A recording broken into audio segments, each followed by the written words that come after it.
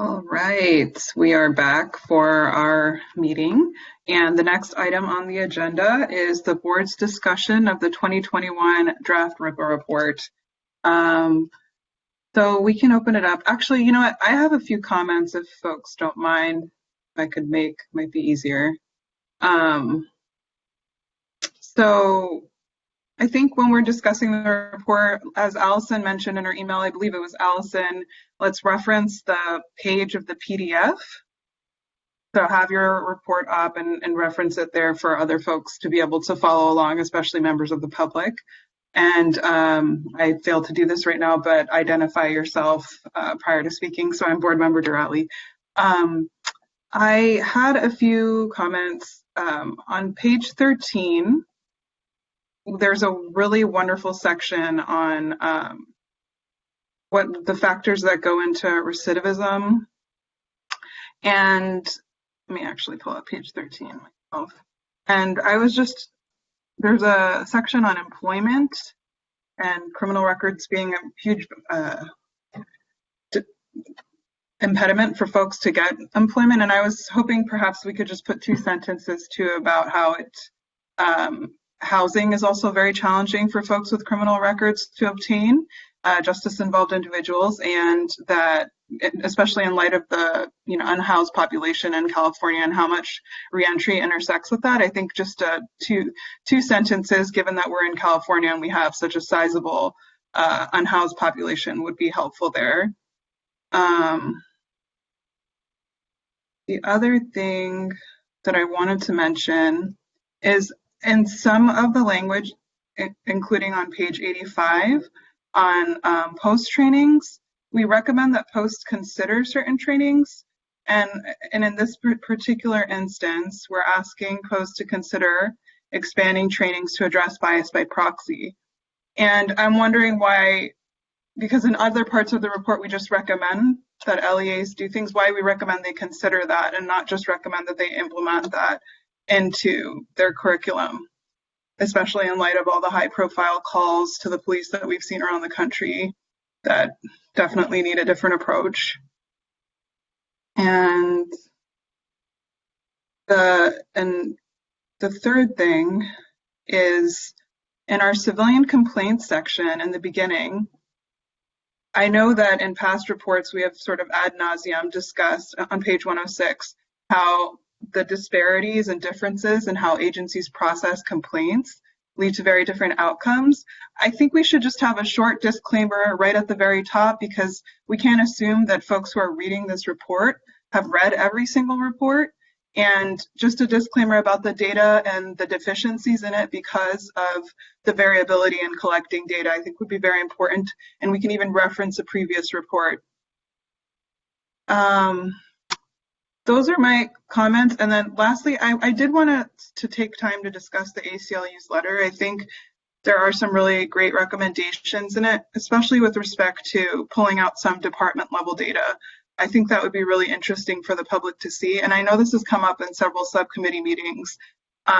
For example, in the accountability subcommittee meeting, we discussed how we've done surveys on how different agencies are looking at the RIPA data, and agencies, in part because of how limiting the survey can be, because we can't get tons and tons of anecdotal data, we'll say, we looked at the data, or we analyzed it with our department, but sort of wanting to know what that really means, and perhaps in future reports, just pulling out a sample to highlight in more depth. And I think that goes to what the ACLU is asking there.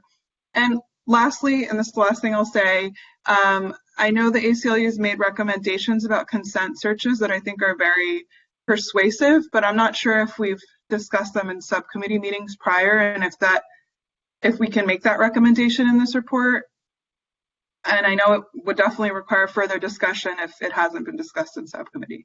So those are my comments. And I'll open it up to everybody else.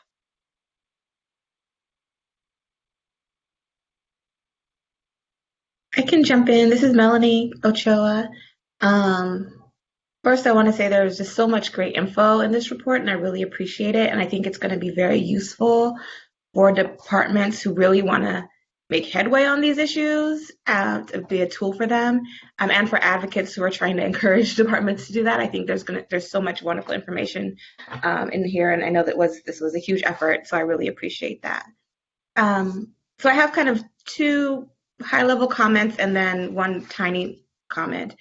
One is just generally on the framing and emphasis of the report on kind of implicit bias and generally kind of ignoring some of the intentional decisions made by officers and departments to target Black and Latino residents in their communities. I think the predominant frame definitely comes across as explaining these observed disparities as a product of implicit bias or conduct and conditions that are outside of the control of the individual officer or the individual agency. And I think while that framing is much more palatable to law enforcement, I think it is kind of intentionally avoids addressing the conscious biases that we know exist and explicit racism, which needs to be acknowledged and incorporated into our thinking if we actually want to address the outcome of those things, which is biased policing, right?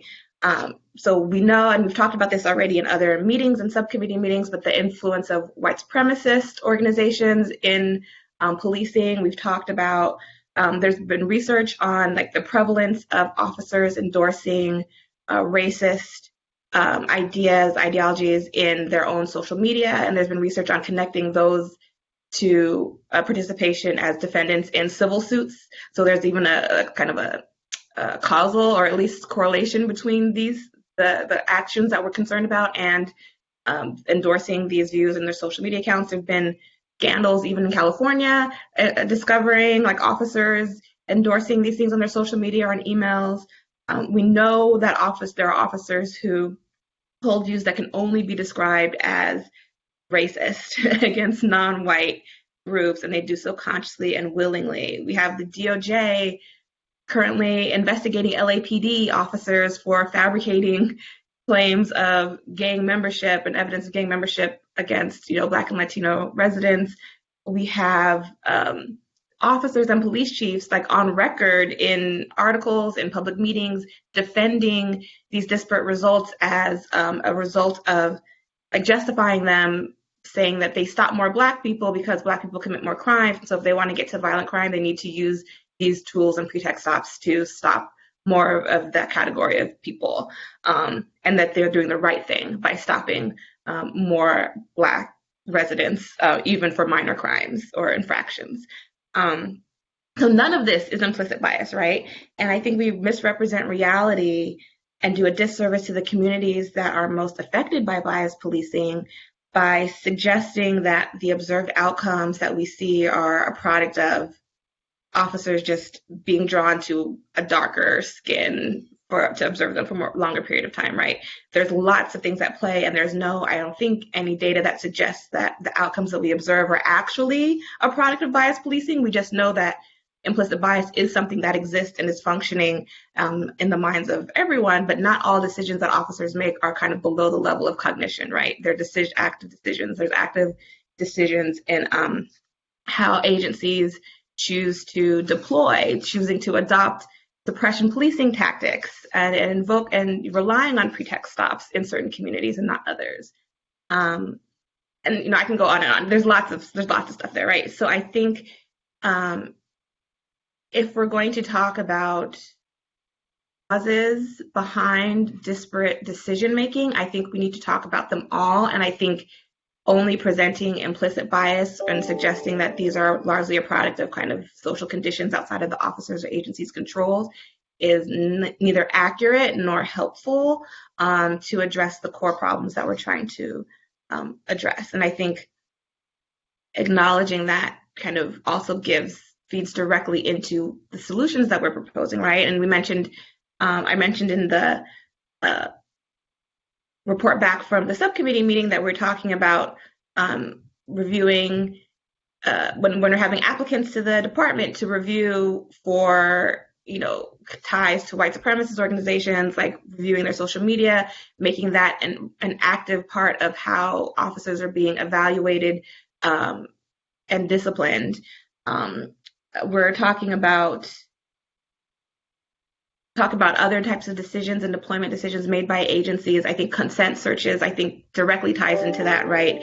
And we've seen, at least in other jurisdictions like Connecticut and Rhode Island, we're adopting policies or even laws prohibiting these types of searches and seeing that these disparities kind of fall away with no positive impact on, with no increase in crime. So what is the value that these searches are doing when there's an observed harm that we see coming from them? And this is an institutional level decision being made by the at the department level. So just to the extent we can, both in this report and then in future reports, I think we need to incorporate more of this intentional and explicit biases that are operating, that we know exist, that we have documented in lots of different forms in California and just in the research period. And just another note with respect to the types of policies that be recommended, I do think we should really push for these reports to advance significant policy shifts. And I really appreciate where it pushes for things beyond anti-bias training, because agencies really are looking at this report and helping to address racial disparities that they observe in their departments. And I want to note specifically LAPD Police Commission directly pointed out the RIPA reports and saying, directing the department to make sure that it's incorporating all of the recommendations from this report. So if we're pushing things that we think are actually useful to, I just want to make sure we're pushing things that are the most useful tools to address these things beyond just kind of changing how officers think. We need to just change actual practices on the ground. So I think these reports are great for that, and I want to use that opportunity the best we can. And so the second kind of higher level comment is just respect to the data, and it just flagging again, I kind of am always beating this drum about the usefulness of understanding the accuracy of the data and how officers are actually how accurately officers are reporting what's going on in the streets. And I know the entries are not going to be perfect. The no data is ever perfect, but I think auditing a selection of the data would be useful to both encourage officers to do better because there's some level of oversight, but also to kind of identify the patterns and how we think the data might be falling short or be inaccurate kind of in systematic ways. So for instance, the LAPD Office of Inspector General actually reviewed a sample of RIPA reports, their entries against the body-worn camera video of officers, and they observed that they were only fully accurate in 61% of the cases, and that in 10% of the cases, they were missing a report for the stop or a person stopped. So there was a complete, either the stop wasn't documented at all or a person that was stopped wasn't documented at all, where there were multiple people. And the majority of those stops were used to place people into CalGang. So we know the people that are being excluded are primarily Black and Latino males, right? And then in 18% of cases, they did not document actions that took place, typically a search. And in 12% of cases, they reflected a search or a stop basis. The video represented a search or stop basis that was different from what was reflected on the stop report. So I think that gives us some insight, at least, into what's happening there. I think it'd be great if the DOJ could also take on some of that. I know it's a huge effort. You're obviously not going to be reviewing all the data, but I think getting a sampling to kind of see what the trends are and ways that we think to help us identify kind of where information might be missing. And even where audits aren't available, if we can even just look critically at the data to see if there's an indication that something may be inaccurate. So for instance, looking at the reports of the actions taken, does it suggest that actions are like missing or not documented? So like I try to look at the data and assuming I'm looking at it correctly and looking at the dashboard on Open Justice, it seems that sometimes the percent of individuals arrested exceeds the percent of folks for whom any action was taken, even actions that we know typically precede an arrest, right?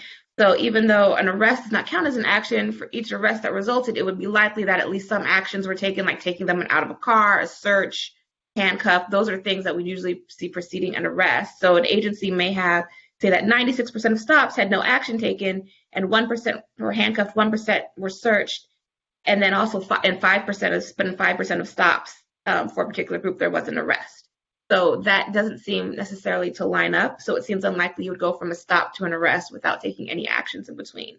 And that's assuming that I'm reading the data correctly. I'm happy to have DOJ look more closely to see maybe I'm missing something with the numbers lining up. But that's another way that we can kind of look at the data to see, okay, well, it's saying actions are taken in this many cases, but maybe it's undercounted because XYZ, right?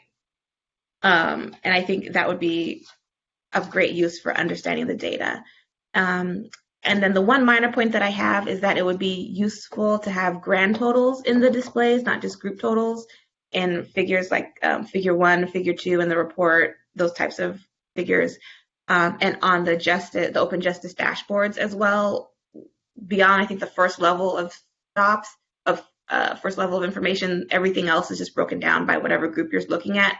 It doesn't give you the total for the agency. So I think it would be great to be able to compare back and forth to see what the overall trends are for the agency and then how the individual groups, subgroups stack up against that.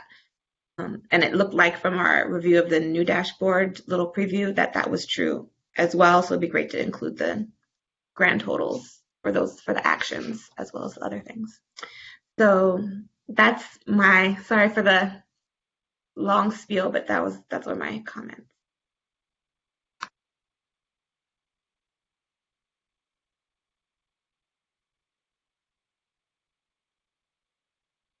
Hi, folks. Steve Raphael. I just wanted to thank the staff for the report. I think it's improved and there's an enormous amount of content.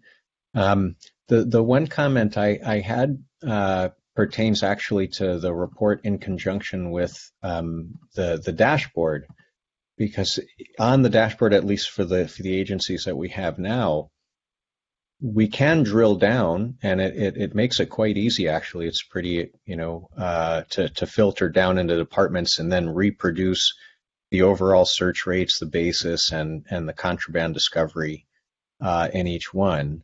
And I was struck by one of the comments during the public comment period about maybe providing more structure for interpreting the data and kind of pointing out what things mean. And so maybe in the spirit of empowering agencies to look at their own data and empowering community groups that care to analyze the data in the departments that are in their home jurisdictions, maybe we want to think about I don't know if in the future or in the dashboard to have some kind of this is why we look at this crosstab, and this is how it's commonly interpreted, and this is why we look at this rate, and this is how it's commonly interpreted. And then it might, democratize access to the results of RIPA without having to, know how to do computer coding and how to tab these things yourself.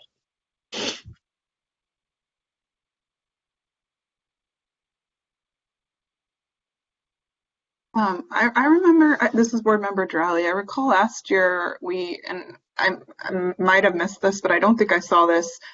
We did a 2-page snapshot of some of the biggest highlights of the report, and I think that would be very helpful this year too. It was a wonderful document.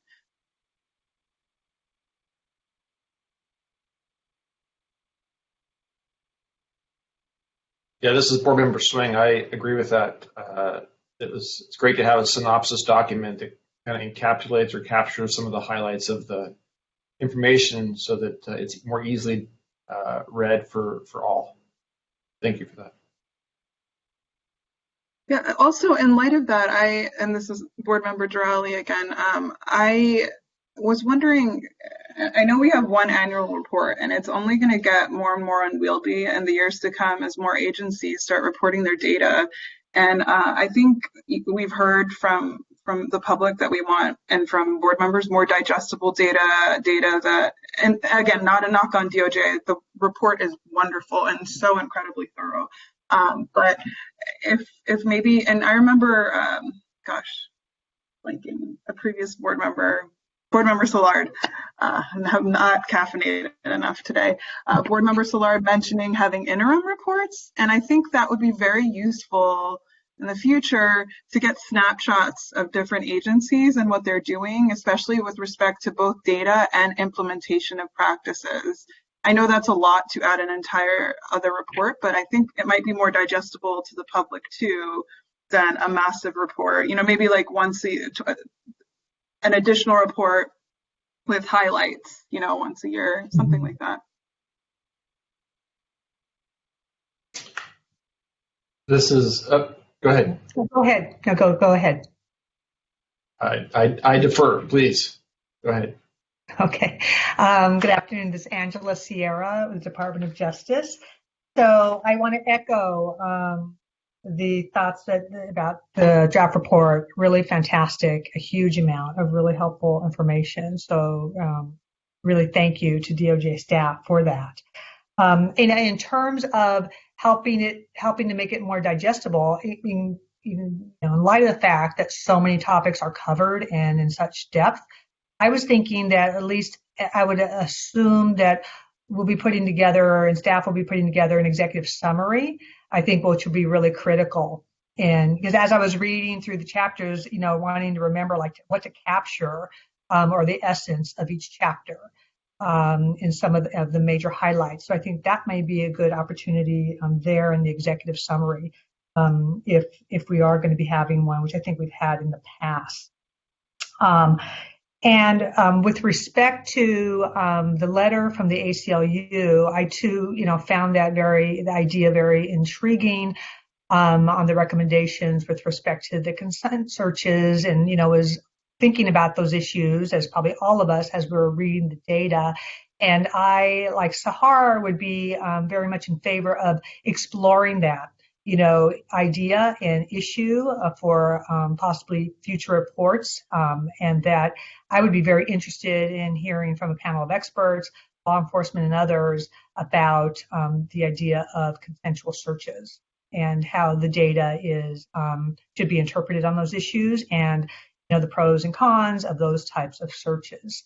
So to me, it may be, I don't know if there's even time we could maybe put something in the report as this is an issue, if we are in agreement, that we'll be considering and looking into in the future. But it seems to me a very substantive issue that it doesn't seem to me that we have enough time to appropriately explore that for this year's report.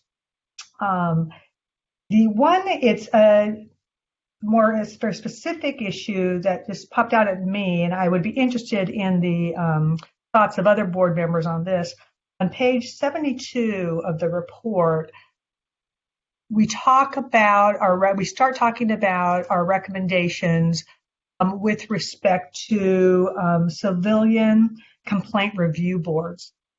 And later on in that portion of the report, we talk about further work that we are going to be doing and exploring what may be best components for that issue. But it read to me a bit specific on page 72 that we were saying that as a recommendation, this agency should create or expand independent civilian complaint review boards. And I always think of that as a kind of a term of art of what a review board is. And my thought is, do we want to make that, since we are still exploring this issue, and we talk later about should this be an advisory board or how best to include civilians in the review of complaint processes, that we may want to make that recommendation kind of a little bit more general at this point, since we have not kind of concluded our work in that area. And then the last thing I had was, there were parts in the report, because we talk so much in terms of percentages, and there were parts in the report that I thought would be helpful to the reader to, every so often include like how many stops does that represent? So, I'd be happy to kind of, send to DOJ kind of areas where I thought that might be helpful to the reader, so it feels a little bit less abstract at times. I mean, I don't think I'd want to weigh down the report constantly providing those hard numbers, but I thought that could be helpful in certain places. So that's all I had.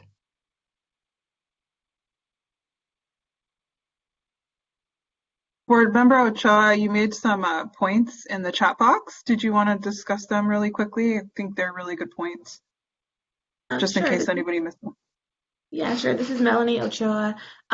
This came to mind when we were talking about more digestible reports that could be used by folks. and I don't know if this is way too big of an ask, but if we could create agency level reports, if it basically consisted of filling in a template where it included the same data analysis that is done in the larger report, but for the particular agency, and then appendices that included the agency specific information, like any policies that they produce, any responses to surveys, etc. So that might be something that could be of value, depending on the amount of work that required to put together. And then just real quickly on the consent search point that folks have kind of agreed might be a good idea. If we don't have the room or time to vet it fully to come to a decision on best practices for this report, it might be useful to at least put in somewhat of a placeholder in this report, identifying that some jurisdictions have taken the step, to address these observed disparities by doing X, Y, Z, include some of the states that have adopted laws, and say that we're looking into it and may consider recommending this as a best practice in the future, or something like that. Because I think if jurisdictions are actively considering that now, it'd be useful for them to know that RIPA's not weighing in on it one way or the other right now is just a question of time, not to suggest that we're opposed to it, given that there is movement in other jurisdictions in that way. I would think that with the over 400 agencies, law enforcement agencies in the state of California, if we called out each agency separately, even with a few pages, that would make our report even more difficult to digest to a certain extent. I would be open to hearing DOJ's input, but I think that was the purpose of the Open Justice Portal, for interested parties to be able to go online and determine that. By the way, this is David Swing. Sorry, I forgot to introduce myself. Just my initial thoughts when I think about the vast number of law enforcement agencies in this.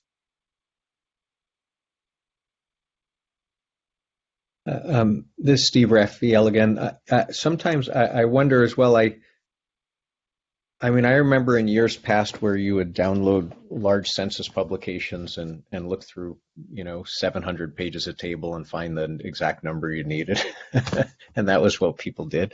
But I think now it's more likely the case that you would find some online tool, even researchers are using it, and you could download the raw data and do the analysis yourself, or you could look at what the pre-prepared crosstabs and outcomes that are analyzed and provided are. And those front-end programs, right, are very important, because oftentimes that's where people will stop, that they'll look at what's produced there, and that's what'll be the basis for what they think about what's going on in their community. So maybe, rather than printing 400 tables, maybe we need to think of a way to package the dashboard with the report, both in all our public comments and then in how it's posted, so that people understand that here is where you can get a customized version of, most of the most important things for your department.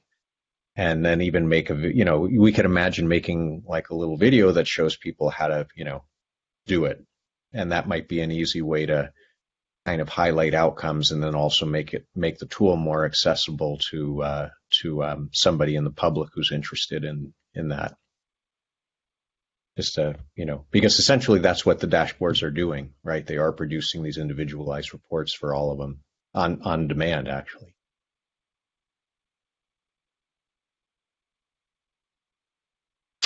Hi, this is David Swing. I'd like to make a comment, if I can, about the report, and specifically page 14.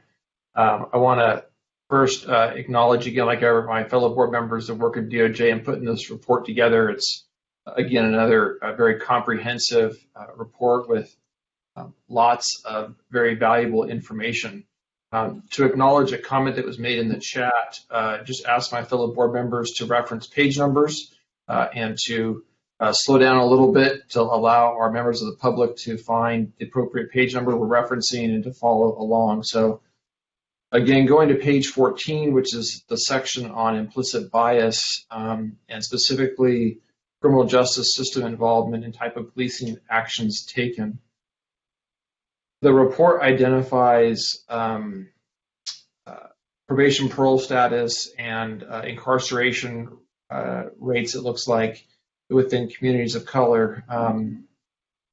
Report doesn't, I would like the report to identify officer experience as potential considerations in implicit bias, recognizing that in lower socioeconomic areas, we typically see more street level crime, and regrettably, communities of color are more commonly represented in lower socioeconomic areas, and I think that that experience may lead to hypervigilance in some cases of officers, and also complacency in others.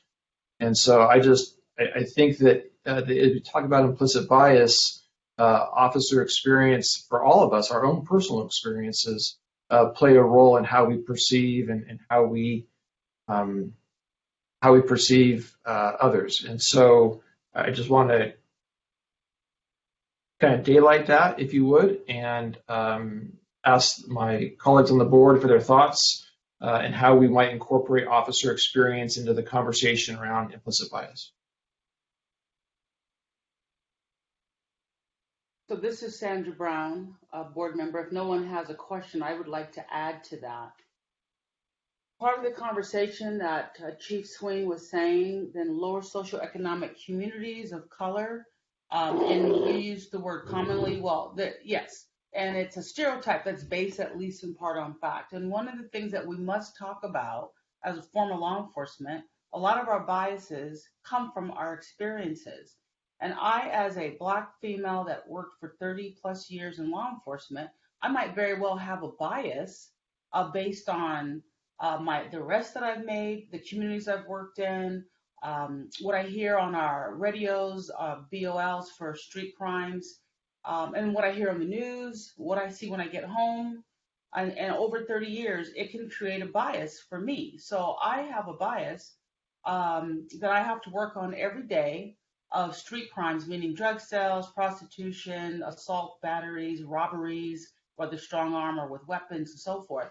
In my 30 plus years of experience, I have a bias that goes against African American males between the ages of 18 and 24.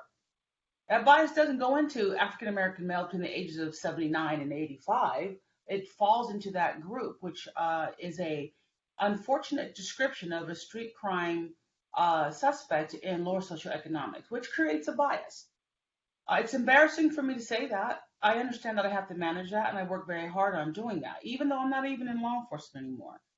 So it creates this bias, which is based on a stereotype that's based at least in part on fact. We do see arrests within those descriptions across the nation, but it is still a stereotype that's based at least in part on fact.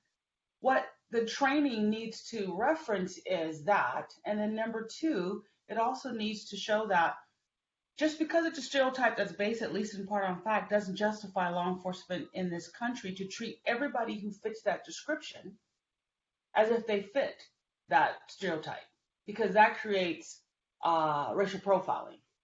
And so the training that we should institute within our implicit bias training is that discussion, that stereotypes can be based at least in part on fact. We don't want to, doesn't justify us treating people like that, because not all African Americans between the ages of 18 and 24 commit crimes, let alone street crimes. And so that is a bias that's created by your experience. And what David Swing was saying is, on the other hand, if we get stuck with that implicit bias that we don't know that we have, that we really should know if we have it so that we can manage it, it also reduces or causes a complacency in other groups that don't fit into that description. And I was saying earlier about a sergeant that I met years ago that said he was driving down the street, parked his car to go get a cup of coffee. And as he got out, he saw what he deemed to be a skinny white kid, teenager, walking towards him. No big deal. And he said as he passed the kid, he could smell the odor of marijuana, so he detained him, which is, at the time was proper. And he asked the kid for the marijuana. So he put his hand out, the kid took out a joint and gave it to the sergeant. The sergeant brought the young kid over to his car, put him up against the rear quarter panel on the driver's side, sat with his back to this skinny white kid, wrote out a ticket, ran him on the MDT, the computer in the car, came back clear, gave him a cite and release for less than an ounce of marijuana and went on his way. Not that big of a deal. Maybe a month later, same sergeant is now a field unit for one of his officers who have arrested the same kid. And when he talked to the kid, he said, hey, you graduated from marijuana to meth because he was in possession. And the kid said, you wrote me a ticket and you let me go, and thank you for that. But you didn't ask me for the meth in my other pocket, and you didn't ask me for the gun that I had in the back of my pants. When this sergeant said this in this class in front of his own officers, I was so impressed with the fact that he said, I allowed my implicit biases to tell me one side of this community might be a problem, but it also didn't allow me to see that this could be a problem. So I was complacent and I dropped my tactics. And so this is a conversation that we have to have in training and policing when we talk about even our own individual experiences could cause a over-vigilant bias, be over-vigilant, and be under-vigilant with other groups. And that's a conversation that we should be having when we talk about implicit bias. And I'm not talking in reference to what Melanie said. What Melanie said earlier was awesome. And we do have proof that there are some other issues that are going on with explicit bias in this country within law enforcement, even here in our great state of California. And so the training is there. Maybe we need to really add some more information to implicit bias discussion that we're having, because it is such a, when you think about implicit bias, you think it's this big, but it has a huge impact on law enforcement and our own experiences over years of working and hearing and seeing and getting involved in the same issue. It can create a bias. Thank you. Any questions? I just want to thank you for that, Sandra, and I appreciate also sharing your personal experience and views. But I just want to flag that I do not believe what that officer was describing to be implicit bias. Implicit bias operates below the level of cognition. And if the officer is thinking, this is a white kid, he's probably not going to be a threat, that's not implicit bias anymore. We're talking about something else, right? And so that's my point, that we focus on implicit bias too much without recognizing that, no, that officer had a racist stereotype and acted on the racist stereotype intentionally. Because he thought that it just reflected reality to him, right? And so that's my point, that we need to, I think those two things require different tactics to address when you're talking about implicit bias versus explicitly acting on prejudicial stereotypes, because also the facts that we see in this report about the yield from searches are facts that have been shown in pretty much every department that has been required to collect stop data for the past however many decades that's happening, yet those facts don't seem to change actions on the ground in terms of officers' perceptions of like when they're going to search and who they're going to stop. And so I think we need to be taking or suggesting more agency level interventions that kind of limit the discretion, because when discretion is able to be used, we have decades of records of the ways in which it's used intentionally and unintentionally. There's definitely implicit bias that operates below the level of cognition at times when officers are making certain decisions, but I don't think that many of the things that we are kind of colloquially talking about in conversations of implicit bias are actually that. So let me just clarify. This conversation I had with this particular sergeant was after the fact. This was during a class 2 or 3 months or 6 months later, when he realized, when we had the conversation about implicit bias, that at that particular time, whenever he made that stop, he didn't know he had a bias about a skinny white kid. He realizes now in the class, after we introduced what implicit bias is, now he's referring back to that situation that he automatically just assumed at that time in his mind it was a skinny white kid. He was thinking about his own kids. It's not that he made that stop today or made that stop. This is referring back to it. Once you realize what biases are, you can go back 30, 40, 50 years and realize, I thought that was a skinny white kid. It wasn't even in my mind. I didn't see danger. And that's where the problem is. You don't see danger based on your lack of impact, whereas you might see danger somewhere else. And so your actions towards where your bias lies, you might not even know that you're being impacted by it, but you might be over vigilant with one group and under vigilant with another. what I find in my classrooms is once we introduce what a bias is, then we start seeing people going back over their experiences and going, oh, I had a bias. I had a bias about an 83-year-old guy. At the time, I didn't know I had a bias. I ended up having to fight an 83-year-old guy because I treated him like he was frail. I treated him like he was 83. I treated like what is he gonna do? Run? And I ended up having to fight this guy. And now when I look back on it, I realize I walked into that room with a bias because he was an old guy, and I was wrong, and I was complacent or undervigilant with him. Where what I should have done is treated him like anybody else and had my tactics on par, treated him with respect and dignity, not put my hands on him. I was just thinking he was like my grandfather. What's the big deal? And so when you can look back on that, you realize, oh, I had a bias about that guy. And so that's what I'm talking about with this sergeant. At the time, he didn't know anything about implicit bias. He just disregarded the kid because in his mind he was just a skinny white kid. I know what you're talking about, Melanie, and it's necessary that we have those discussions. But when I'm teaching implicit bias, I see lights turning on in people's eyes, and they go, "Oh, that's what a bias is," because a lot of times they think it's just straight on racism, and it's not. It is once you recognize what a bias is and you can manage it. And that's the training that we really should be talking about, as well as what you're bringing to the table, because we know that there is some explicit stuff that's going on. And part of the training should also be, and we're starting to see that, is that police officers have the responsibility to not be complacent when they see bias on the part of their partners. When they see it, they should feel free enough to say something about it as it's happening to stop it. And those are the conversations we should be having. But in that one particular, he's looking back 6, 7, 8 months prior to look back and say, I had a bias about the skinny white kid that put myself in danger. I had a couple comments to make in response to several of these threads. One is, I think, to your point, Sandra, and to Melanie's point, I see the efficacy of what you're saying, Sandra, in terms of getting the officers to have that light bulb turn on and have those discussions. But I also see Melanie's point that this report is also a community-facing report.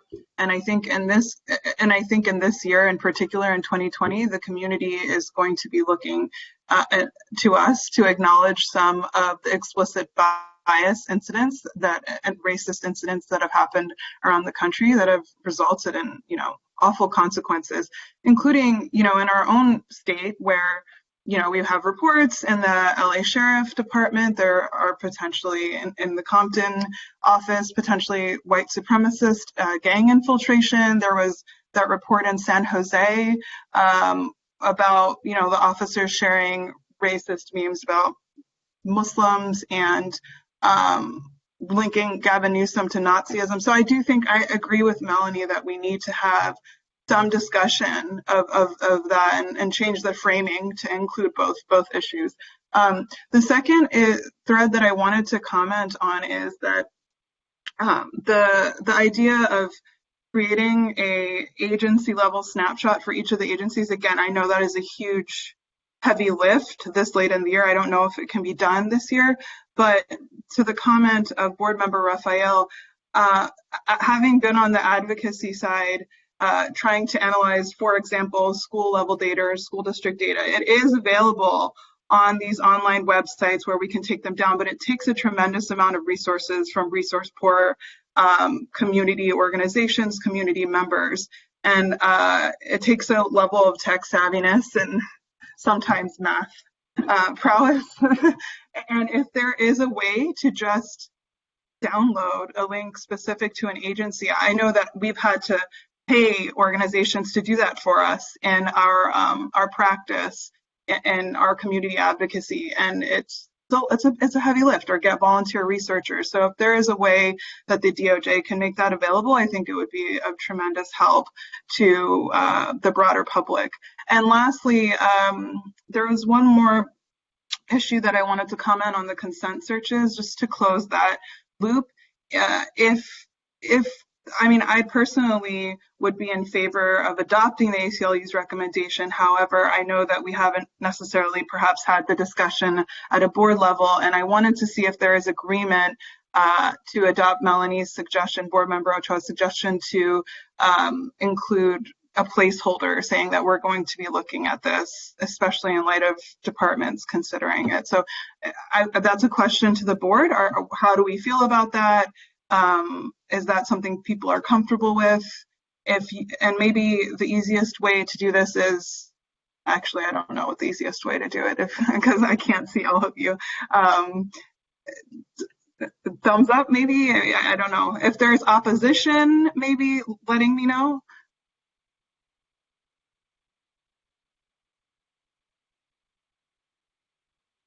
Okay, so I think that means that we can. Did you have something to say, Board Member Kajabi? Sorry, I just wanted to echo, I think that this theme has come up in some subcommittee discussions, but although maybe not been really fleshed out. So I think I would endorse the idea of the board probing this further because we have data that's starting to tell a story. Maybe, can I just make a couple comments about? Absolutely. And many of these comments were kind of made already, but I guess I want to say I really appreciated the opportunity for public comments in the meetings, and also that this board brings together people who had really different experience to the table. So this is our chance to really amplify, I hope, all the massive work that's gone into the reporting, the data collection efforts, everything.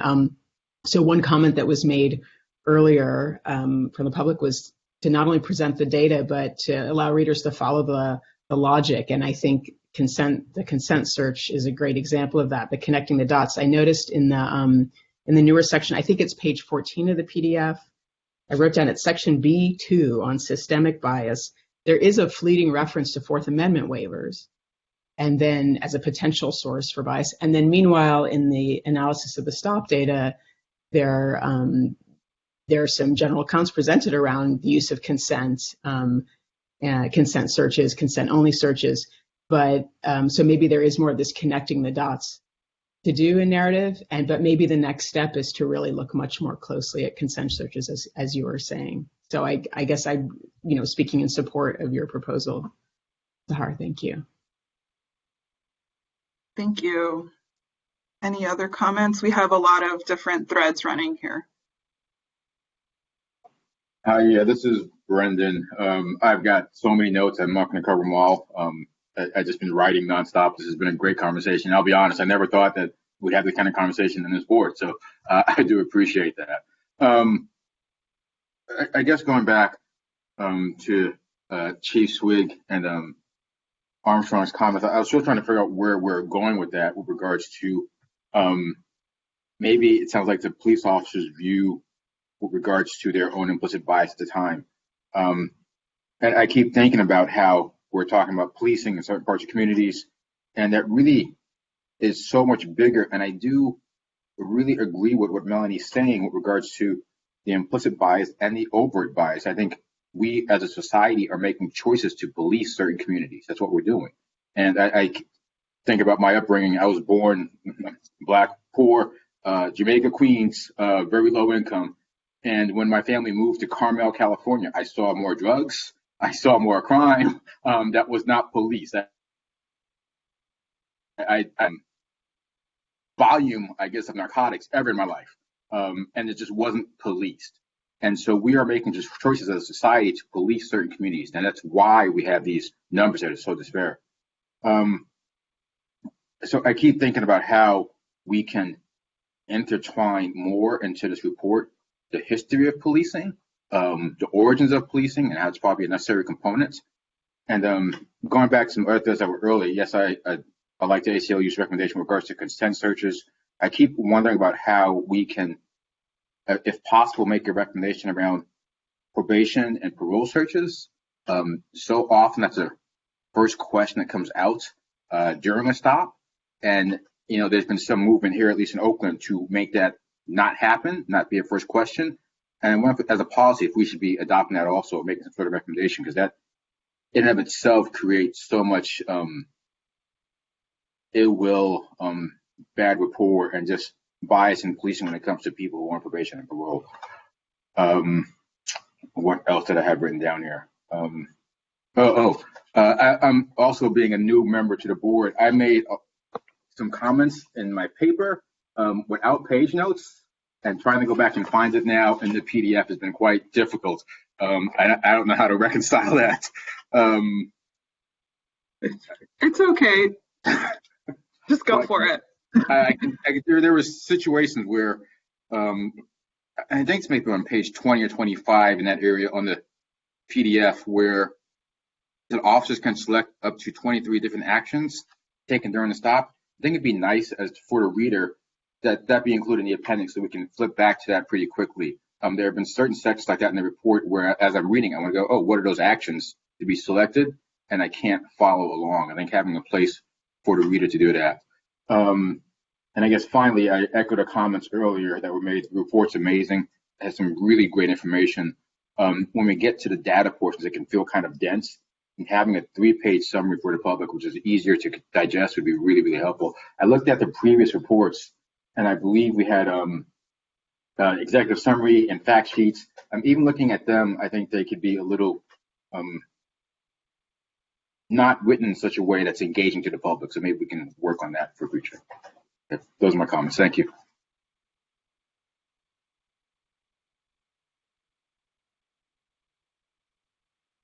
Board Member Durali, can you hear me? Did you want us to take an action on consent or share some other comments about the report in general first? Or my assumption is that the board is okay with including that placeholder with the makeshift thumbs up vote that I did, and I also asked people to indicate their disagreement, and I didn't get anything in the comments section.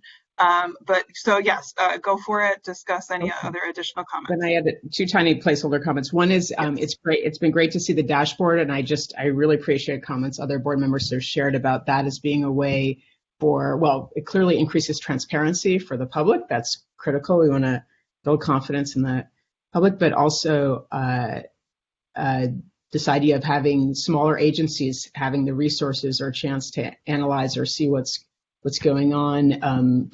Board Member Swing made the comment, just a very realistic one. If there are ultimately 400 in our final wave agencies, even 2 pages in agency is so long, but the dashboard, this is going to be our way, I think, to allow agencies and the community to drill down. So I just wanted to echo that comment. And then also Board Member Sierra mentioned something about the counts, that is getting, when there are percentages presented, also getting a feel for, I mean, these are people, these are officers, what does it mean in human terms, and the trends that are, or the questions that are examined in the data analysis. And I know that the DOJ has been working on this too, to see, are there places, maybe not throughout to make it not too heavy, but places where knowing the number of people, number of stops in each category might be useful.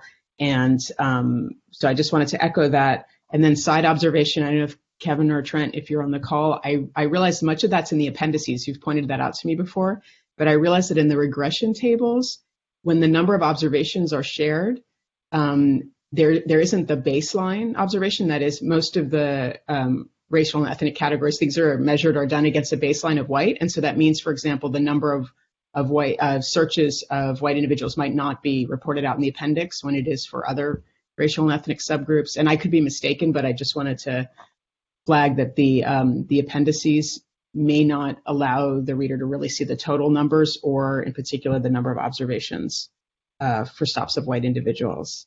So I just wanted to share some broad and narrow comments. Thank you.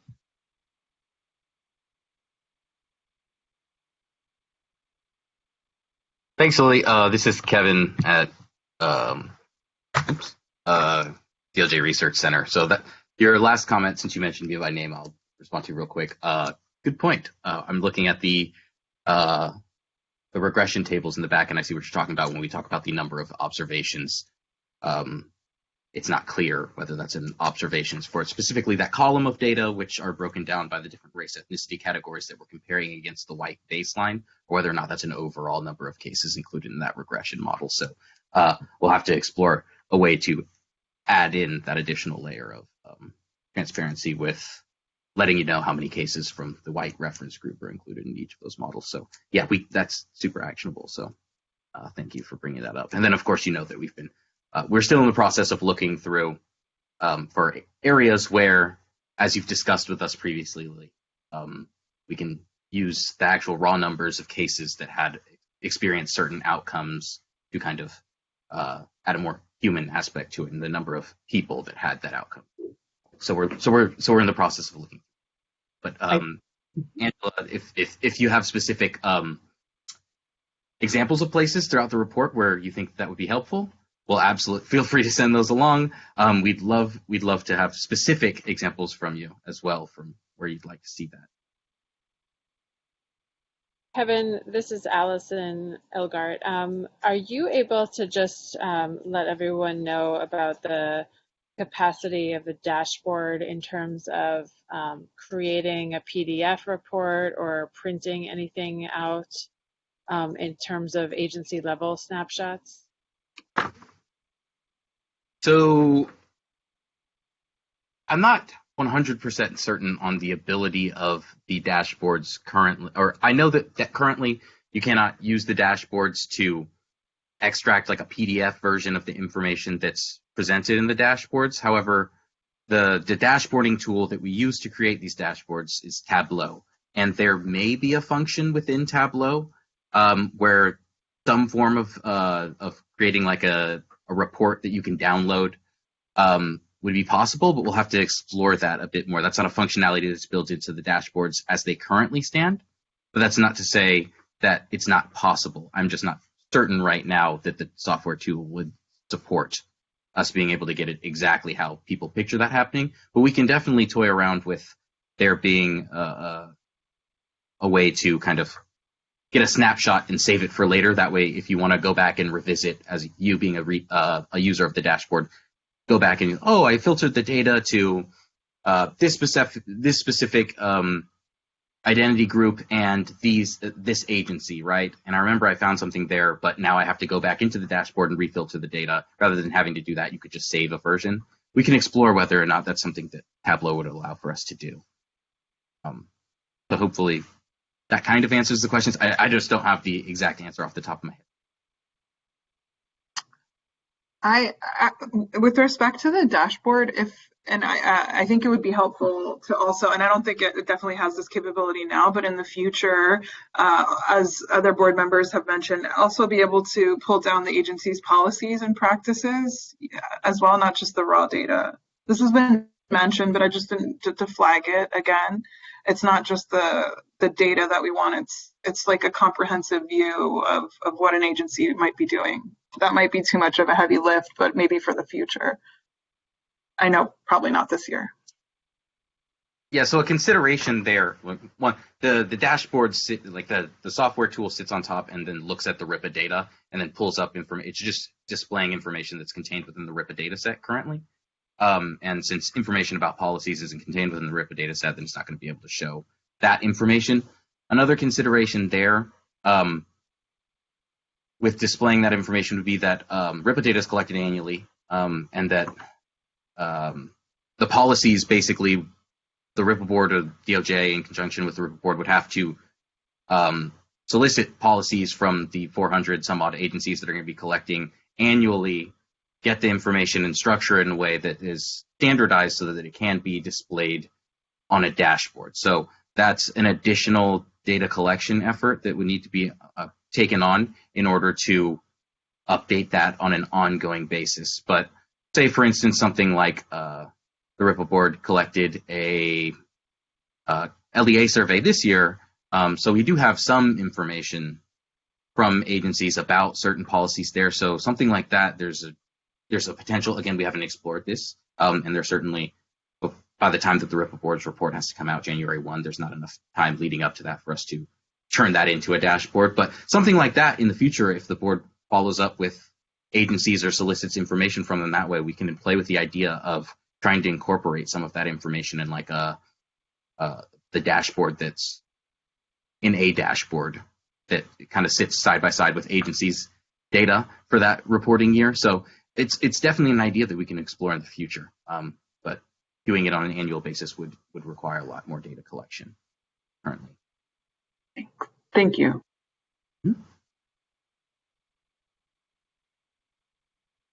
This is Steve Raphael again. I just want to make a plug for something that I think I've said it a couple times, so I hope I'm not getting obnoxious. But I wonder, so we've identified this issue of consent searches, and then the issue of probation and parole searches have come up, and we're going to flag it for next time that we're going to look into this. But I wonder maybe if this might be an ideal topic that we might flag for a separate product where we could review research on consent searches, and we can get into kind of the issues of disparate impact and disparate treatment, and how it might play into policing in terms of who's asked about their status and who isn't, and really think hard about it and try to say something beyond a series of crosstabs. We can try to contextualize and sort of draw upon the expertise of everybody on this board and DOJ to look at something in detail, and then maybe be able to say something more specific about the topic that could guide policy in the state and different localities.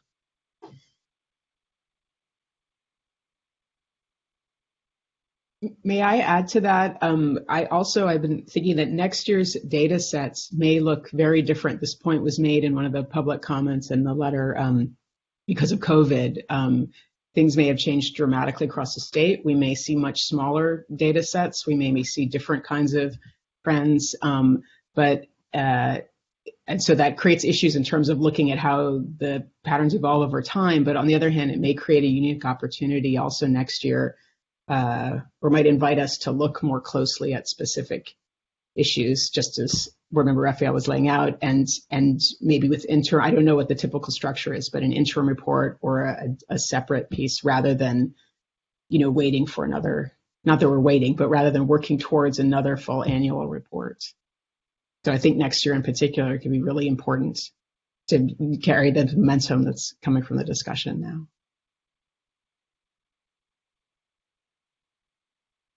This is Angela Sierra. And I like that idea of an interim report on, because I just think that they are so significant, and that it makes sense to really be able to focus more deeply. And I think it's just a lot of information for the public and policymakers to have it included with so many other topics that we need to address as well. So I also think that's a good idea, at least to, maybe start to, move forward on. And maybe it is that we need a subcommittee on these issues, that they can work, just be focused on the issue of either, the consent searches or the probation and parole searches. And it may be that we need to do, again, we have many other topics to be doing, so maybe one happens before the other. I'm not sure if we'll have enough resources to do those simultaneously, but that's something that, we can. But yeah, I like that idea of an interim report or something separate from our annual report.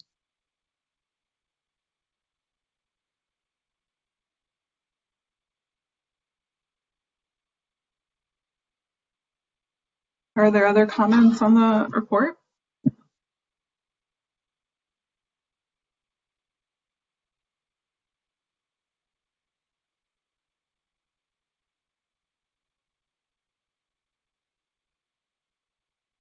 All right, going once. Car, Yes. Nancy, I just want to answer one question that multiple people had. And yes, we are planning on doing an executive summary. That's usually the very, very last thing that we do, because if you all have changes for us in this draft, it wouldn't make sense to be doing an executive summary. We'd have to keep rewriting it. So there will be an executive summary. One of the things that we wanted to also ask is, so like last year, one of the things that we did was we pulled out in the executive summary sort of policy recommendations that we did for law enforcement, lawmakers, officials, and then the community. Is that something that you all would like to see again? And we can still do that more and talk about that more at the next meeting. But we are going to be preparing, this draft, putting that executive summary together, and you all can give us feedback. And I believe Kevin and the Research Center was likely going to be preparing that fact sheet again, because I think it was very helpful. And so we will have that for the next meeting as well. And then and we can get your feedback on those two pieces at that time. And something that we also did last year was we pulled out a lot of the best practice recommendations and highlights and put those in a separate best practices appendix. And so we're planning on doing that as well. So in that way, we pull out, I think, the most significant pieces of the report. And then if people want to look at the context, then they can go back and look at the full report itself. But so that's something that we've done the last, I think, last year was the first year with the stop data, but the years before, we put those best practices in a separate appendix and had it, I think we even had it as a standalone. And then, of course, the executive summary, and then the stop data fact sheet. So it sounds like that's what everybody would like us to continue doing. Thumbs up, everybody. Okay, great. All right. Oh, are there any other comments from the DOJ? Well, this is Kevin Walker. I have one more comment about the fact sheet. So Board Member Woods mentioned perhaps making it shorter this year, maybe only 3 or so pages. I believe it was 4 last year. And we've expanded the sorts of analyses that are included in this year's report well beyond what was included in the first annual report that contained stop data analyses. And so if board members have ideas about specifically what from the stop data analysis section they'd like to see highlighted in this fact sheet, and in the executive summary for that matter, feel free to shoot those ideas over to us. It doesn't necessarily have to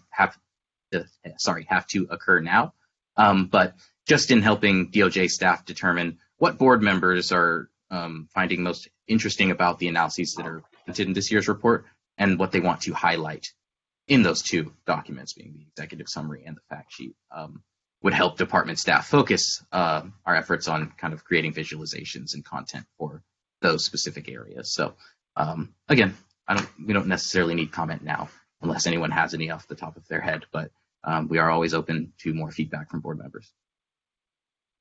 Kevin, I thought in the report that the statistics that were presented on disability and LGBTQ stops, especially with regard to stops of transgender individuals, were so striking, especially when broken down by race. And I think those would definitely be appropriate to put in the snapshot, because there's a lot of work to do there. Okay, yeah. So some of the analysis, some of the analysis from the disability race intersectional section of the. Yes. Yeah.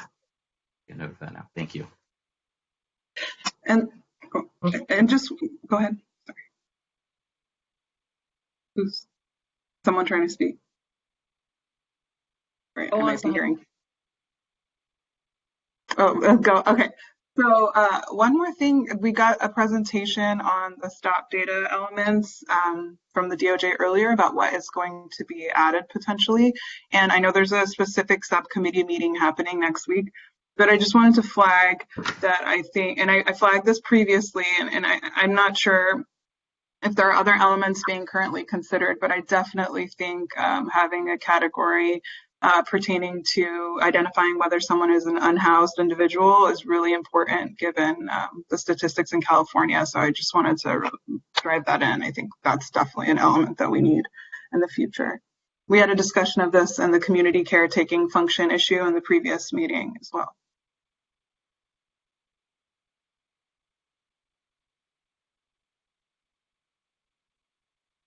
And hi, Kevin. This is LaWanda, board member. I want to also ask about the highway patrol. I know we put it in a lump sum, but is there any way it could be broken down into Southern California, Northern? Because when we lump it like that, we really can't really get a good, clear picture.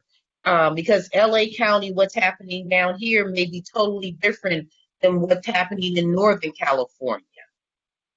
And so is there any way the highway patrol can be broken down a little bit so we can understand what's happening in different areas on how the highway patrol is being, how they're dealing with community?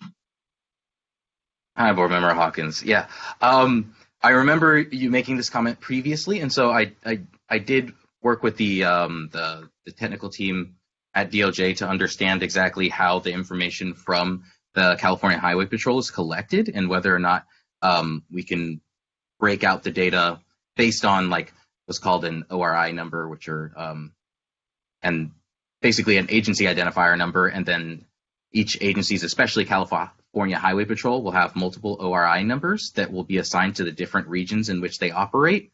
And if we were collecting the data where the data were broken down by different ORI numbers for CHP, then we could do that easily by just lumping together CHP stops by different ORI numbers.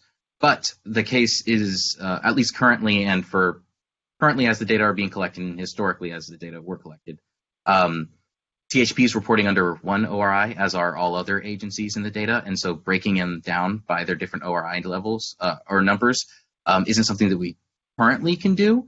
And I would say that would definitely be probably in my eyes, the best way to break such a large agency down by region, especially given that there are some issues with the location fields and some of those locations being imprecise that get reported, and it may make them difficult to kind of fit into some of the smaller geographies that CHP serves without knowing which ORI number they're submitting under. And so it is something that's on the department's radar as something to explore moving forward, is whether or not how much work it would be for agencies to begin submitting with their what we call child ORIs instead of the parent ORIs, which they're currently reporting under. And that would allow for us to do that in the future if we can get agencies to begin doing that. But just given resourcing issues and trying to get what's in the report this year completed, we haven't been able to implement any changes to how agencies are reporting that way. So that's kind of a long-winded way of saying that we have begun thinking about how we might be able to do that, but as the data are currently structured, it would be difficult to break them down that way. Thank you, Kevin. The reports are awesome. The only reason I bring that up is because even in LA County, when we deal with the sheriffs, it's a difference on how they police in Compton than they do in Cerritos. And if we're not looking at that, we're lumping it all together and saying everything is okay, and it could be a little off. Yes, but thank you. Of course.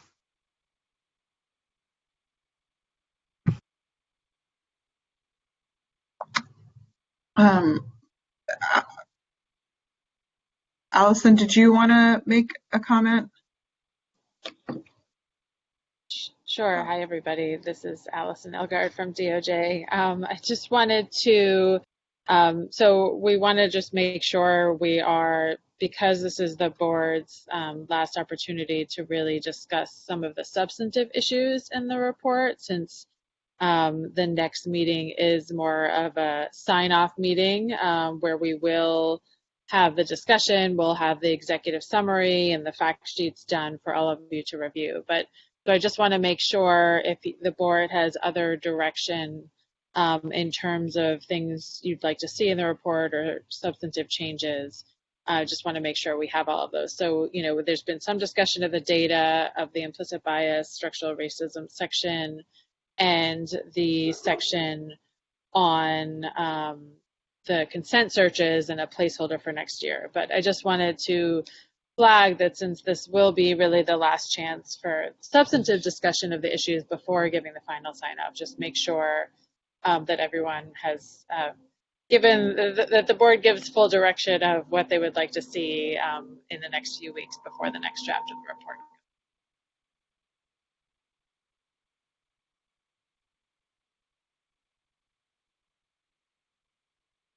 Are there any comments from folks on the direction?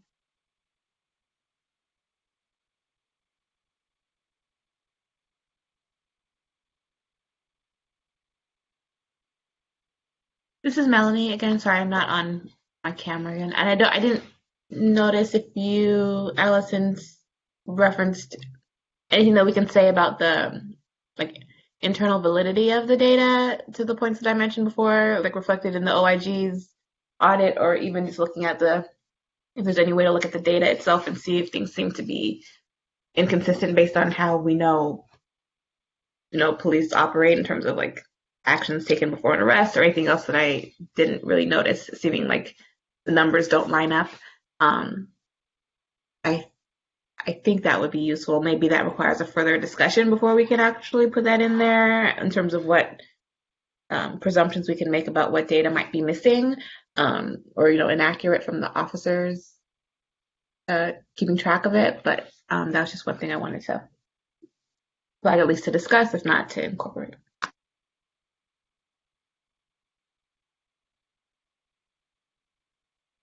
Kevin, do you want to address that in terms of, so, in terms of, we do not have, the body-worn camera footage ourselves, and so we ourselves would not be able to do that auditing. We can certainly, put in recommendations or suggestions that agencies do that themselves in terms of the auditing. Kevin, I don't know if you're able to speak to, comparing different things like arrest data and actions taken during stop. And I'm not sure we would be able to do that for this report, but we might be able to do it, moving forward if we are able to look at that data and do a comparison and see, come up with, because I think what we would probably have to do, and others can speak to this more fully, is come up with, some sort of measure to look at it in a systematic way to be able to determine if there's, missing information. But I don't know if, Lily or Steve or Kevin are able to speak more to that in terms of the data analysis. This is Kevin from the Research Center. Some of those types of comparisons. So, Allison, first off, your point about the department not being in possession of many of the different data types that local agencies would use to audit their data, their RIPA data is very much the case. And so I think that it would be great to recommend that agencies and reinforce, and I believe that the RIPA board has done this before, but just reinforce this notion that agencies should be auditing their data before even transmitting it to the department, so that before the RIPA board gets the data to analyze, that agencies are ensuring that the quality of the data is high.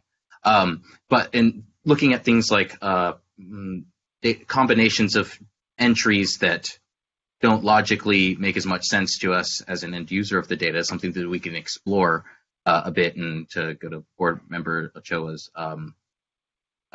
example from earlier, looking at things like stops that result in arrests that don't have other reportable actions taken that we might assume would take place if an arrest were made, like handcuffing, for example, and then working back with agencies to understand what proportion of these cases really are instances where like it was an infield cite and release, and for some reason the person wasn't handcuffed during any point in time, and so that's a valid entry, and what proportion of cases where, okay, officers did not indicate that they handcuffed the person, but they actually did. So that will require a bit more analysis, and we'd probably want to get some more input from board members about specifically what in the data they'd like for us to look at when doing that. And so those types of comparisons and back and forth with the agencies are definitely possible, given the timeline up until the next board meeting, where hopefully board members will be voting to approve this report. I'd say that it's unlikely that we'd be able to accomplish that and all the other things that we've got to work on in between then and now for inclusion in this report, but it's something that we can explore moving forward. Go ahead. Oh, no, you go ahead. No, this is your wheelhouse. I mean, I think it's to some degree we rely on what officers are reporting, and that's true across the country. And I think auditing is important. But what I've seen in some of the agencies that I've worked with is oftentimes the auditing is to make sure that people are actually filling out the forms, and then sometimes there's just quick to make sure that you're not getting the same answer all the time, for different things. And then of course there can be random audits of specific stops. But I've also seen in the data, in some departments, you might have cite and releases for driving without a license, without insurance, and it's a misdemeanor charge, but the person, for whatever reason, a department might record that as an arrest. And so it's entirely possible that what they count as an arrest might have absolutely no action. So, there may be no handcuffing or even having the person leave the car. There's differences in practice and reporting across different departments. And, on the other hand, I guess if there were felony arrests and we were seeing, no actions checked, then maybe that would raise more questions. So that, there's some subtlety that can just, reflect heterogeneity and how different departments do things.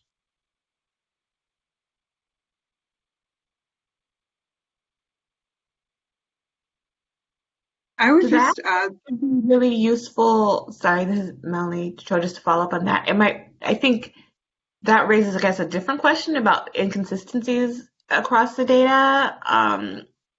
And for us to understand it, they really have to mean the same thing when different agencies and different officers are checking the boxes, right? And so maybe even that investigation would lead us to better understand like areas of training that we need to do, just as we were like the DOJ initially identified at the beginning of this discussion, like changing the forms in certain ways and making things more clear so that there can be greater consistency. So maybe that would be a useful step in like looking for seeming inconsistencies across internal to the data might help identify more of those places where any proposed amendments to the regulations might be necessary because they're not clear and they're leading to different outcomes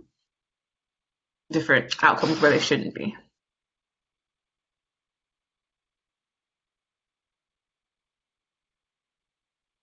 yeah, and I think in terms of the OIG investigation references, Board Member Durali, referenced by Board Member Ochoa, I personally was not aware of that investigation, and I think we'd be remiss to not reference it in some way because LAPD was, or I'm sorry, was it LAPD or the LA Sheriff? One of them. LAPD. LAPD. It was one of the first reporting agencies, one of the biggest agencies in the state, and if we're having a 60%, I think you said, accuracy in terms of data reported in that sample, I think that needs to be flagged in our report, not only just for other agencies to see that we are looking at those issues in terms of an accountability measure and for them to perhaps be spurred into implementing their own auditing. Otherwise, I don't think that's well known that happened. I mean, I think folks could make guesses about how some of this reporting might not be entirely, perfect, but that statistic is quite staggering, and I think it would be worth mentioning.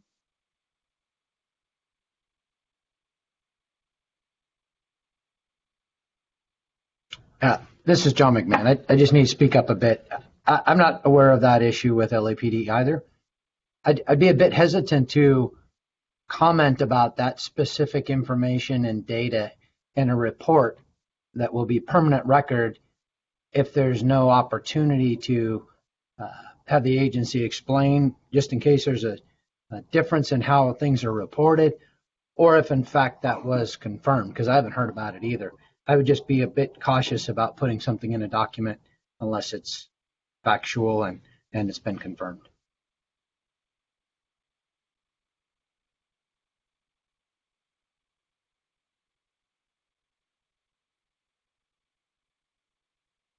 Yeah, and I can circulate the report, but this just to that point, it was discussed at a police commission meeting, and the chief and the department had a chance to respond to it. So I'm not sure if they issued a report in response or just commented on it.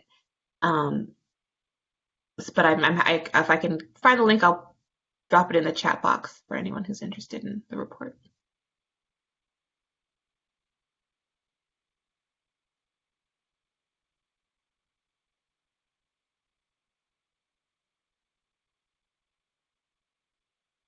Are there other comments on this issue or any other issues? Any substantive and stylistic, anything?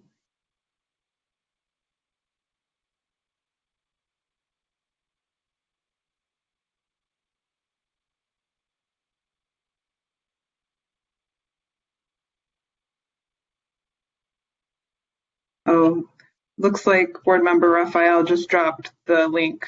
Is this the OIG report?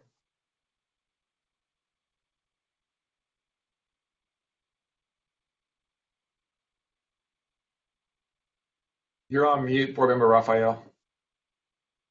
That's the phrase for 2020 in a Zoom call or other virtual setting.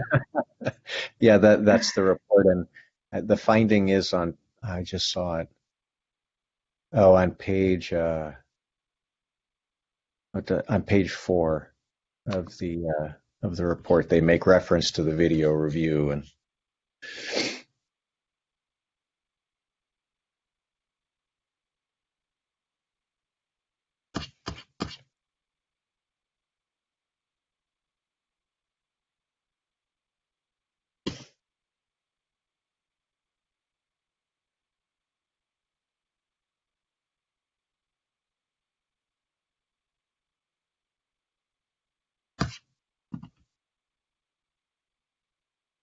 Since this is a formal report issued by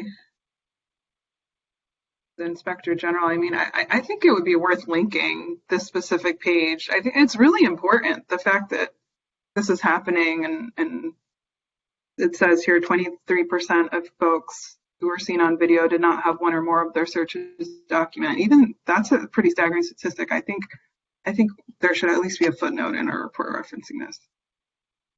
If it's happening here, I imagine it might be happening other places. Well, I would suggest that it probably requires we review it carefully and see, did they select a random sample of stops and get the video, or to have a little bit more context behind that 23, or was it a convenient sample? And just to, I mean, that's kind of a headline result, but we would want to make, before we were to make it salient, we should probably do it. Okay, that's fair.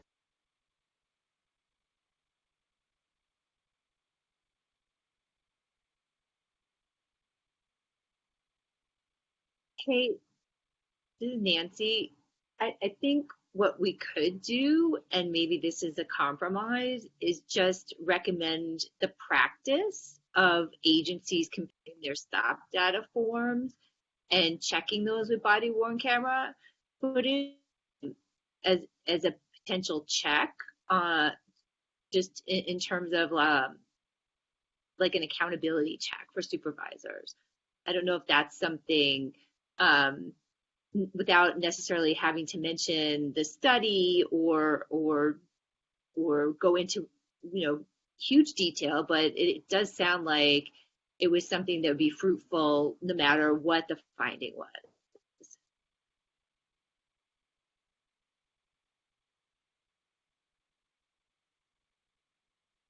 Anybody have any thoughts on that?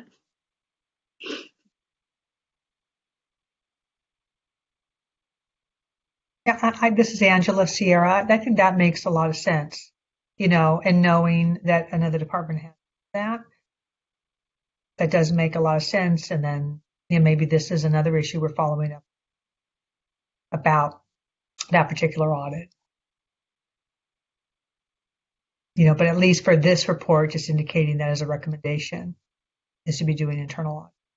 That makes sense.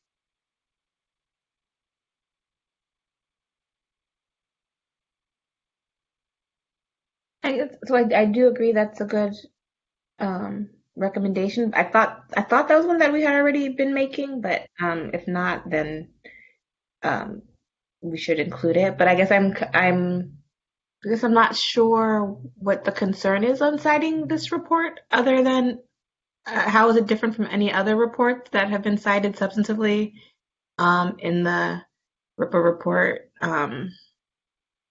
and their conclusions and trends that they've observed. I guess I'm not understanding a hesitancy to cite it. with the appropriate context that we would give any study that would be cited in this document with respect to talking about the sample size or method, etc.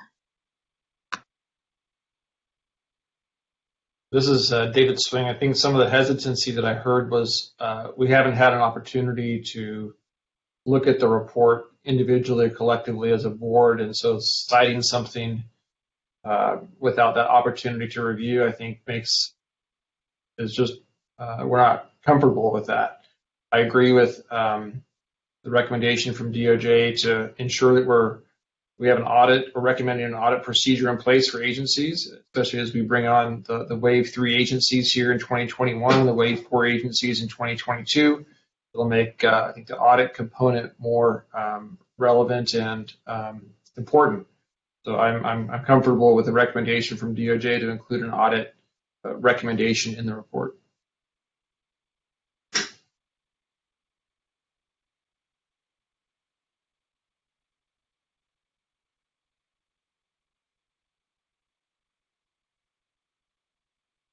Are there additional comments? Any input from anybody else on this?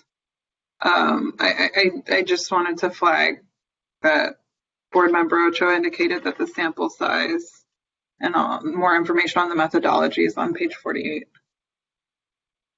But are there any other comments? This is Brendan Woods, just briefly. I mean, we'd have time to read and review the report prior to our next meeting. I mean, because that's when we finalize our report that we're making, so we can read it and have prepared and be ready to go forward with it prior to next meeting. Are folks in consensus to read it and flag this issue for a future meeting in December?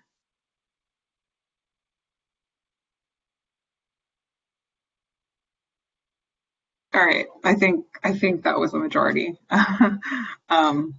to read it and look at it. Especially, I mean, I think there were concerns raised about the sample and review, but it seems like that's laid out, and if perhaps the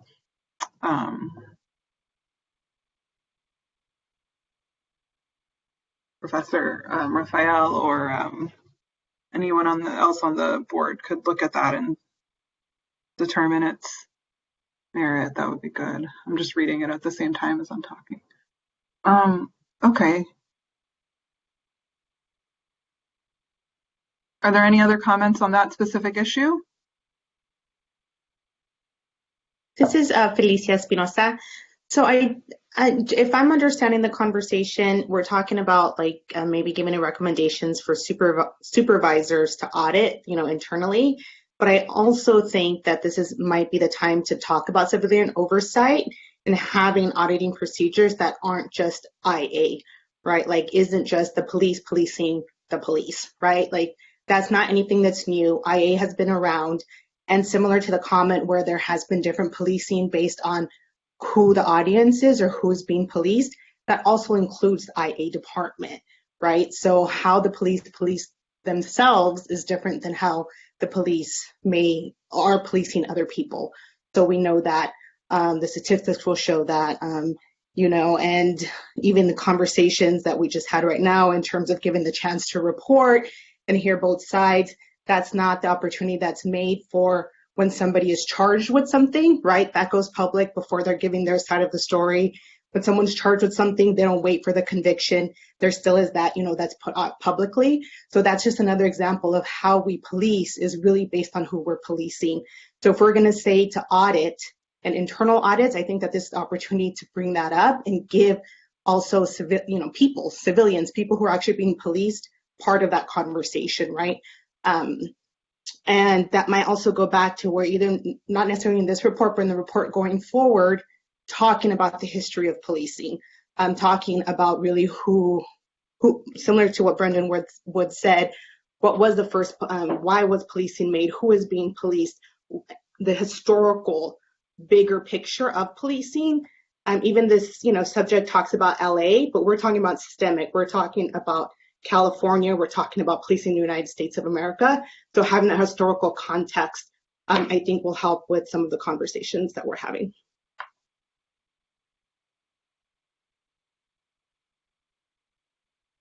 This is Angela Sierra. With respect to the history of the policing, since one of our prior reports did include information about that, I wonder if it'd be helpful in this report just to reference that or to mention that. I don't recall if the report right now does that.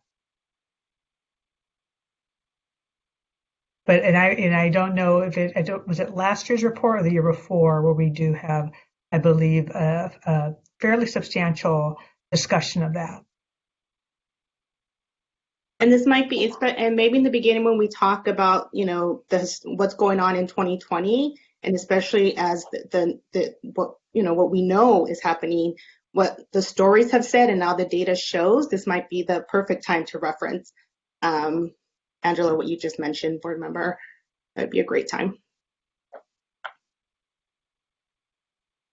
Angela, you might have picked that up from our discussions over the past year under training and procedural justice, which does discuss the history of policing, albeit I think we need to go a little bit deeper, especially in reference to, what's the history of our country, what happened in the South, what the first police department, but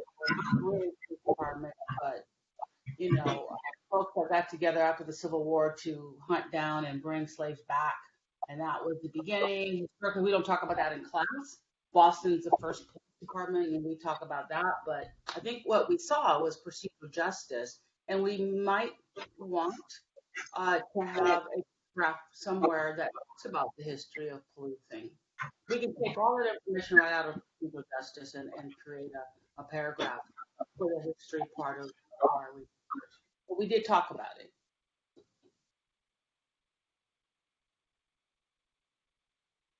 I think that would be timely.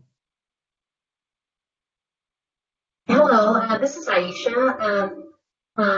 Just board member Angela and Sahar and Sandra. It was the board report from 2018 that in the opening had a really nice overview of law enforcement history in this country as it relates to different groups of people. So, and in the intro that you have in this report, the presentation, we were trying to make a connection between that discussion and what's going on currently with respect to incidents around the country. So that might be a good, right now, a question with respect to what you all thought about the introduction. And if we do add more information that you're talking about, that might be a good place to do that. Yes, actually, the DOJ did specifically want to know what RIPA board members thought of the introduction and if they had any comment on it. So that would be a good segue. I understand that we had a good summary in the 2018 report, but as we've discussed, this year is pretty extraordinary. So I think having a paragraph a la what board member Sandra Brown had mentioned right now wouldn't hurt.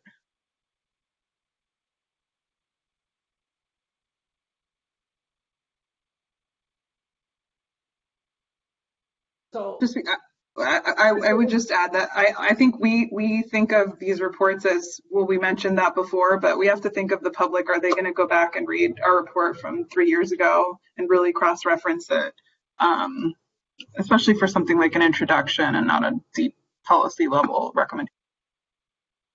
So this is Sandra Brown. Sahar, how do you want to handle that then? Could we not cut and paste some of the information from the 2018 report? Add sure. That? Is that us or is that DOJ? I mean, I'm willing to put in some information on that. I'll write it. So I'll do some research on that. But is that something that the board members would do, or does that come from the Department of Justice? I'm just asking that question. I think I'll let the DOJ answer that. We love any input from board members. All right, so I just volunteered myself, and I will look into that. I'm going to pull up the 2018, and then I'm going to add on what's currently happening in 2020. And then I'll submit that to you, Nancy, perhaps, and then maybe we can work back and forth on that. Yes, me or Aisha or whoever, any of us. Allison, Aisha, Anna, me. All right, I'm doing that today. I'm working on it. In your spare time. Thank you so much. I got to go see 100-year-old grandmother when we're done, but then after that, I think I'm good.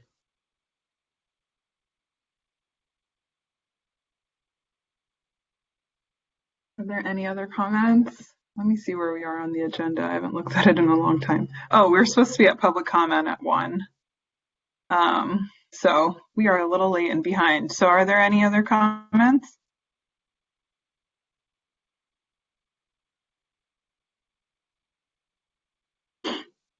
All right. I'm assuming that there aren't. DOJ, did you have anything else you wanted to specifically ask the board before we move to the public?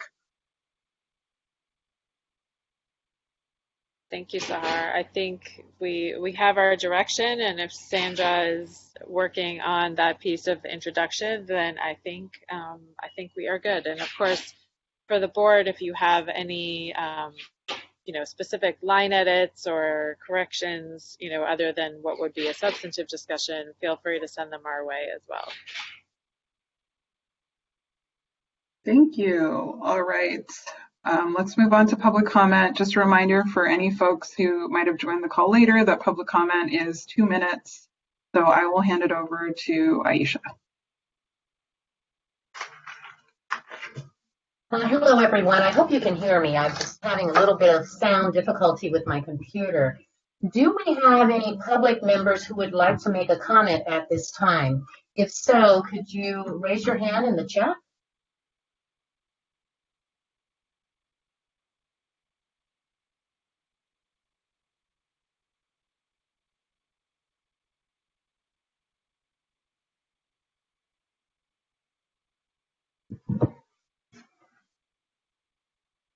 Anyone, public members? This is an opportunity to provide public comment. We have Eva Britton. Corey, are you able to elevate Eva? Yes, I just unmuted her, so she should be able to go ahead and speak. Thank you. Great. Thank you very much. Thank you, members of the board and DOJ. Eva Bitran again from the ACLU of Southern California, just here with a couple of closing thoughts. Thank you for the opportunity. I wanted to second Board Member Ochoa's comments about the importance of calling out explicit bias. And I think one way to do this perhaps would be to just be sure to clearly define just how narrow the definition of implicit bias really is relative to other forms of bias that one can have, so that folks understand what it means when something is operating below the level of cognition. I also wanted to, was thankful for the discussion about it and wanted to lift up comments about the importance of auditing data for accuracy, including mentioning the LAPD's OIG findings. I think this would help understand where weaknesses might be in data collection and encourage better supervisory review by the agencies. And, this would also perhaps address issues about, an audit might perhaps address issues about sensitive or personally identifiable information in the data that I know have come up in the past. I also really appreciated the discussion for how to make agency level data accessible to the public, and Open Justice is really a wonderful platform for data comparison across agencies and would love the idea of a downloadable report. But I also think that the board's report has a role to play in highlighting specific findings or policies or problems that require public attention. And these might be different from agency to agency. So I think if it's either DOJ or the board identifies egregious disparities, exemplar departments who are doing things well or who are doing things particularly poorly, I think that merits note and consideration and would be useful above and beyond simply the ability to reproduce all the data for a particular department. And then lastly, I wanted to echo Board Member Durrelli's comments on the need to focus on the massive disparities for folks who are perceived to be transgender or gender nonconforming. That really jumped out at me as striking over-policing in this report. And I do hope that all involved will consider taking this issue seriously and seeing what we can do about it moving forward. Thanks again for your time, and everybody stay safe. Thank you so much, Ava. Great. Do we have anyone else who would like to speak from the public? So please raise your hand in the chat and we will recognize you.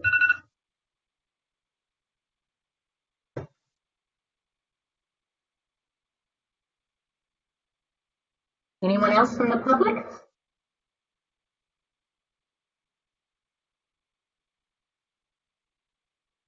Well, Co-Chair Durali, I think that's it.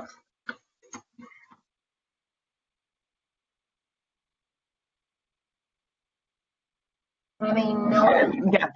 Yes. Yes. If there's nobody else, then? No, no one else has identified themselves. Okay, so the next section is discussion of next steps. I believe that DOJ was going to discuss a few things. And I know we wanted to discuss a few departures from DOJ and give appropriate honors. Allison, do you want me to go first? Sure. Okay. So I feel like I'm the ambassador of coming and goings today, but I want to acknowledge Christine Sun, who has been the Attorney General's Senior Policy Advisor on civil rights, criminal justice reform, and police reform over the past year and a half. She is sadly leaving the DOJ to go on to do other things, other great things, I'm sure. But Christine has now helped work on the stop data portions of our report for the last two reports.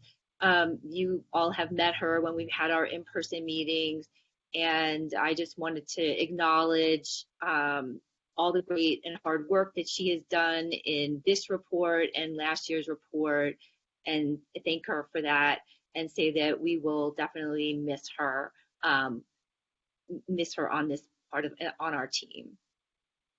Christine, I don't know if you probably don't want. I don't know if you want to say anything.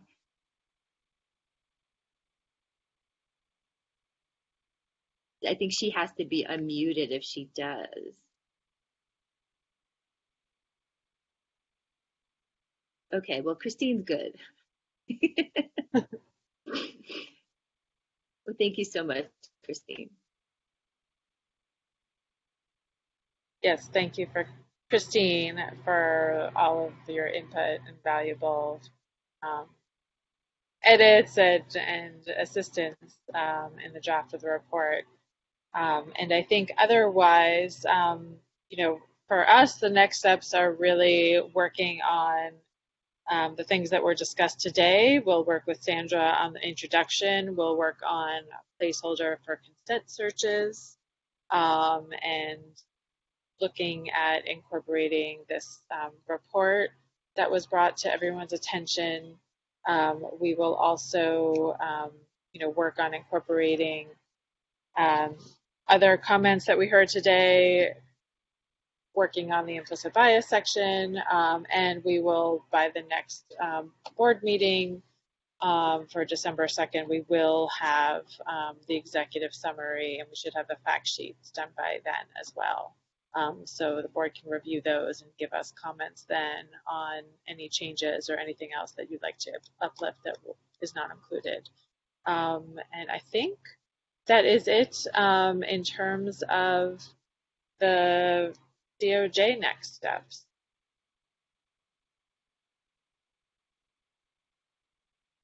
Right, so I think that's all. It looks like Christine couldn't unmute herself. So thank you so much, Christine. If you are able to unmute yourself now and want to speak, please feel free to go ahead. You can, Christine, if you wanted to use the raise hand feature. Apparently, I think you would have to do that. But otherwise, this was a bit of a surprise. I think we can just put her in. I'm going to invite Christine. Only if you want to. Put her totally on the spot and see if she.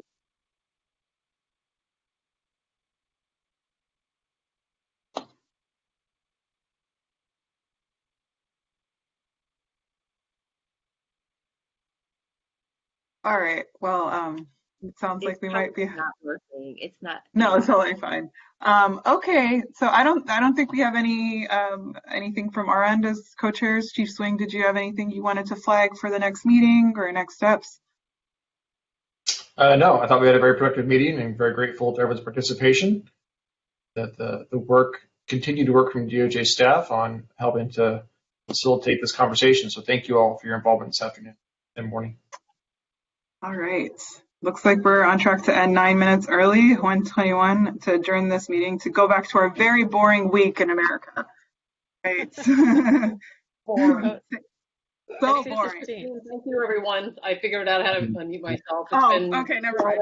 Yeah, no, it's been such an honor to be part of these reports and to hear the very thoughtful conversations. And I just am looking forward to all of the great work that you all will be doing and admiring your work from afar. So thank you. I know this is such a huge endeavor for the folks that are on the board, and it is most appreciated. Thank you.